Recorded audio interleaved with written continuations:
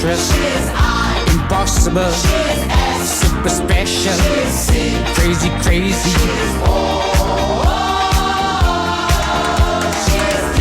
Delightful, incredible, sensational, sweet as candy. We're doing alternative words. Delirious. Definitely crazy, crazy and disastrous this morning. Coming up then, Bill Bailey's on the show and we are reuniting him with his dance partner, Oti Mabuse. This is BBC Radio 2 on the BBC Sounds app, on your smart speaker and on 88 to 91 FM.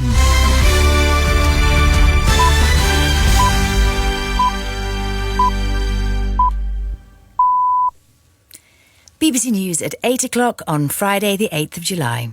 Good morning, this is Claire Ronacres. Conservative MPs hoping to succeed Boris Johnson are deciding whether to run in the leadership contest. Japan's former and longest-serving Prime Minister is gravely ill after being shot, and how a unique version of Bob Dylan's Blowing in the Wind exceeds the auctioneer's expectations.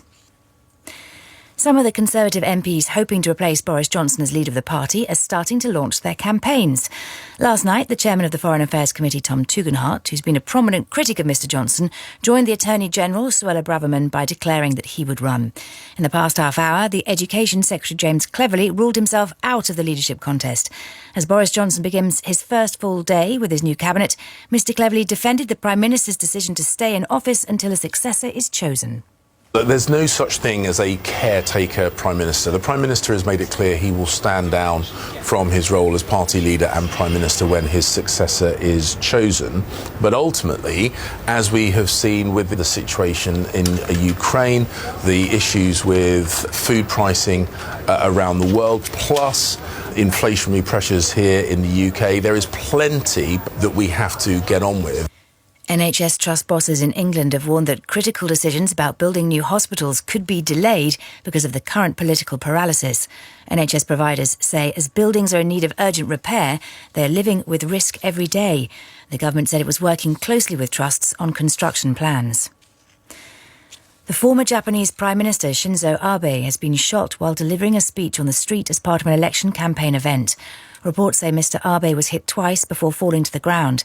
He's been taken to hospital where he's described as being in a grave condition. Boris Johnson said he was utterly appalled and saddened to hear about the despicable attack.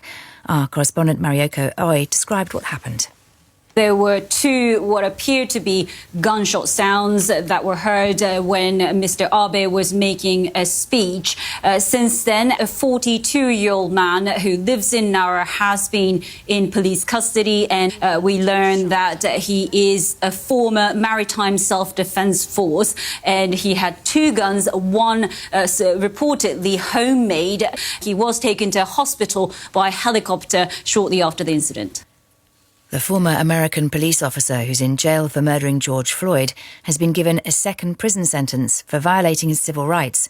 Derek Chauvin, who pleaded guilty to the charge in December, will serve the 20-year jail term concurrently. Mr Floyd's brother, Philonise Floyd, was disappointed with the sentence. I'm just upset that he didn't get the maximum amount of time. He had his knee on my brother's neck for 9 minutes and 29 seconds. Chauvin showed that he had no conscience, he showed no empathy, he showed no compassion. A verdict is due this morning in the trial in Switzerland of Sepp Blatter and Michel Platini, once the two most powerful figures in world football. They're accused of fraud and other charges over an alleged corrupt payment, but deny wrongdoing. If convicted, they could get up to 5 years in jail.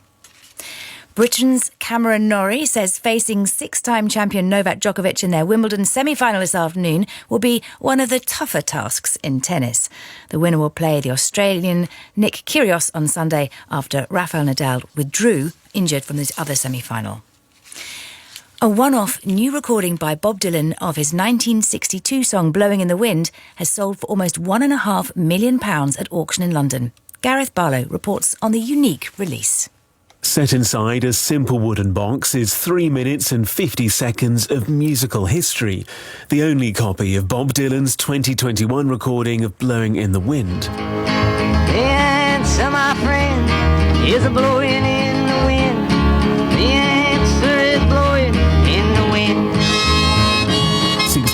after the original, the new version features a full band, with a disc bearing the signatures of both Dylan and his longtime collaborator, T-Bone Burnett.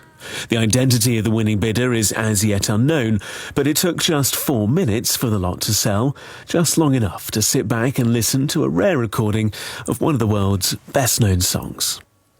The Met Office has predicted that parts of the UK will face a heat wave during the next few days. Temperatures in southern and eastern England are expected to reach 28 Celsius during the day, along with the